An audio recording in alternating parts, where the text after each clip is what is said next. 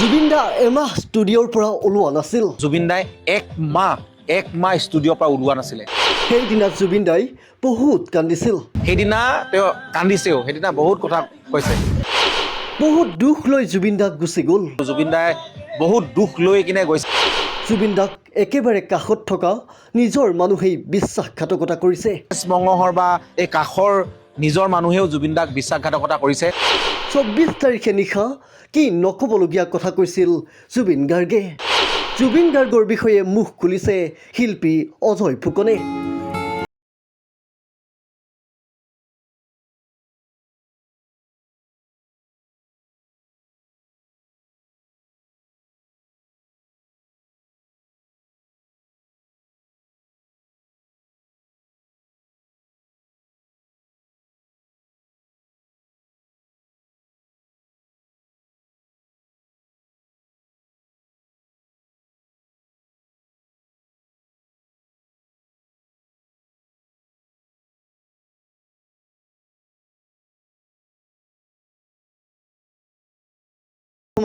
মাৰ যোৱা নাই #জাষ্টিচ ফৰ জুবিন গাৰ্গৰ ঢৌ।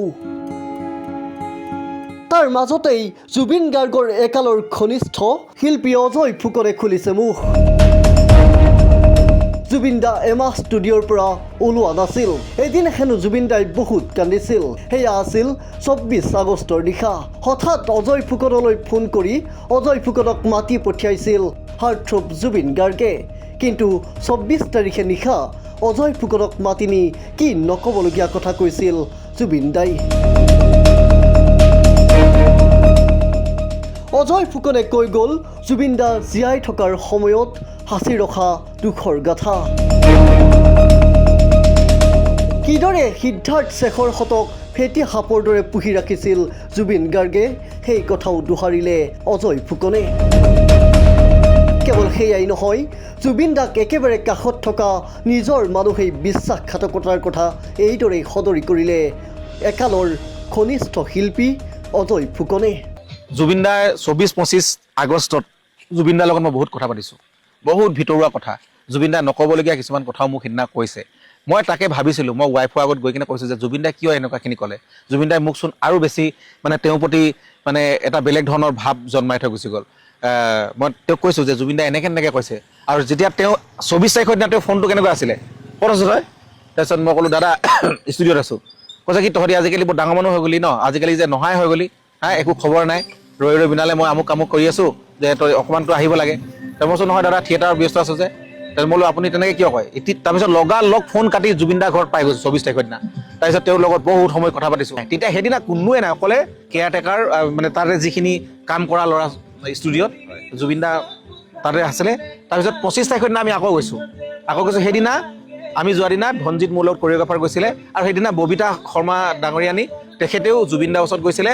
তেতিয়া জুবিন দাই তেখেতক ধেমালি চলতে কৈছে এইটো বিজেপি আহিলে, এইটো কংগ্ৰেছ বহি আছে, মোক কৈছে। তেওঁলোক গুচি গ'ল। তাৰপিছত মোক ক'লে যে তহঁতি ভাত খাই যাবি।